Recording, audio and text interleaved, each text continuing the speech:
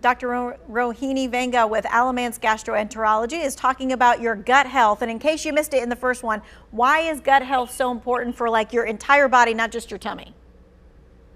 So it's very important to know that having a healthy gut has so many important functions for your entire well-being, such as maintaining the immune system that help to protect against fight against harmful pathogens. It also improves and promotes intestinal barrier, and it thereby reducing invasion of harmful pathogens. It also keeps bowel movements regular, as well as even mental health being. It's very important, that you have healthy gut in order to have mental well-being. So these are very important, functions of a healthy gut. All right, so we wanted to reiterate that so you would then pay attention to what you need to do for that healthy gut. All right, let's talk about probiotics. What are they? So probiotics are, in simple terminology, they are basically beneficial bacteria or good bacteria. They are live microorganisms which are just bacteria, and they maintain the integrity of the gut microbiome. And the probiotics, they are basically, you can get in the form of foods, and you can also get in the form of supplements. All right, so if you're thinking to yourself at home, I don't have any gut issues, do I need to take probiotics or include probiotic enhanced foods in my diet?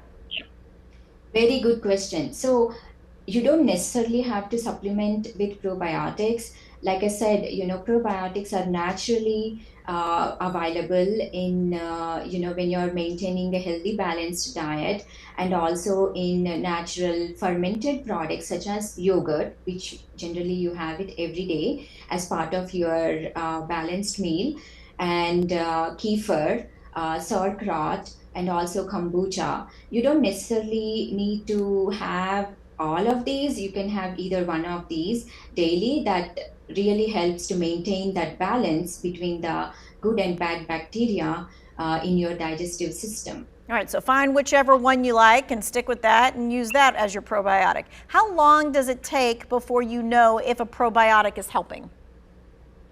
It depends on what you're using the probiotic for. For example, if you have antibiotic associated diarrhea, which is the common side effect when you take antibiotics.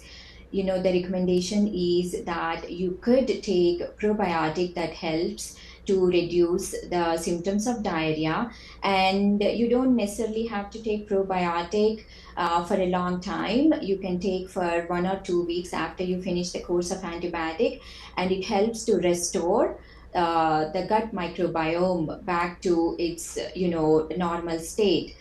For some individuals, it may take few days. For some, it may take few weeks, or even several weeks. It depends on what you're using the probiotic for.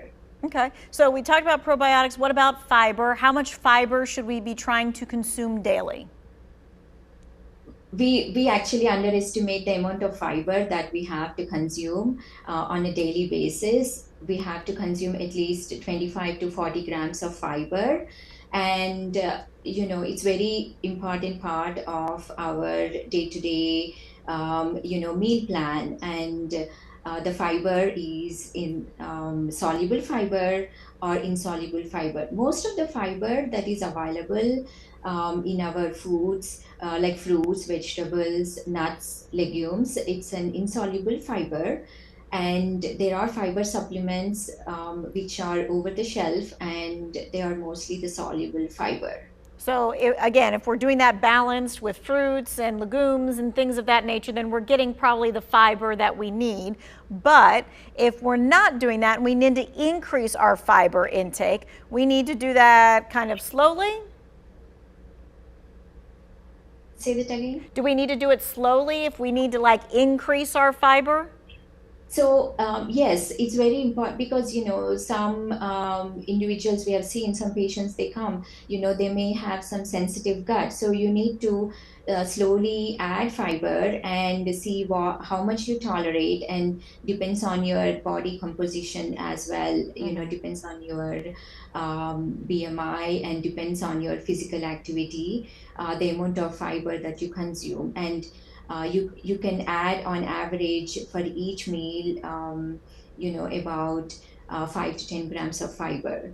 Okay, so we've got about a minute left. If you're concerned, if folks at home are concerned about their health, their gut health, at what point should they see a gastroenterologist? So when you have any of these the symptoms, such as not having bowel movements regularly, if you're having abdominal pain, severe abdominal bloating, you have to talk to your primary care provider first, and then get a referral to the gastroenterologist after being evaluated for these symptoms. And sometimes you may end up needing endoscopy or a colonoscopy, depending on the severity of symptoms. Okay, but start with your primary caregiver first. All right, we're going to give you a recap of all of this in the interview in the To Your Wellbeing section. That's on WFNYnews2.com.